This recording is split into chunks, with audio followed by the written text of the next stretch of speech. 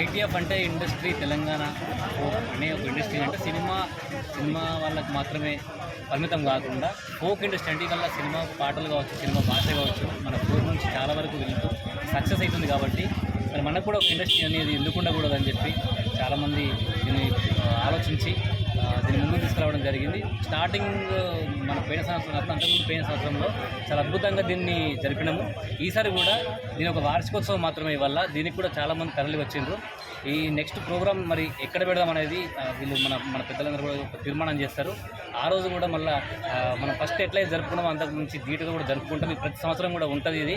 కాబట్టి దీనిపైన మీరంతా ప్రచారం చేసినందుకు మీకు కూడా వచ్చినటువంటి కళాకారులకు, మిత్రులకు, సోదరులందరికీ కూడా ధన్యవాదాలు. బద్దిపోషమ్మకు బోనాలు ఇప్పుడు అయిపోయింది కాబట్టి ఈ వార్షికోత్సవం అంటే మొదలు పెట్టినాం కాబట్టి ఇది ఎప్పటికీ ఈ ఫోక్ ఇండస్ట్రీ అంటే అనేది జానపదం అనేది వర్ధిల్లాలి. కాబట్టి జానపదం ఒక పల్లెకే పరిమితం కాకూడదు, ఒక సీడీలకు, ఒక యూట్యూబ్కే పరిమితం కాకుండా ఇది ఒక పండగలాగా ఉండాలని చెప్పేసి చాలా గొప్ప నిర్ణయం తీసుకున్నారు. కాబట్టి అందరికీ కూడా ధన్యవాదాలు తెలియజేస్తున్నాను. ఈ కార్యక్రమంలో పాల్గొనడం నాకు కూడా అదృష్టంగా భావిస్తున్నాను. Thank you.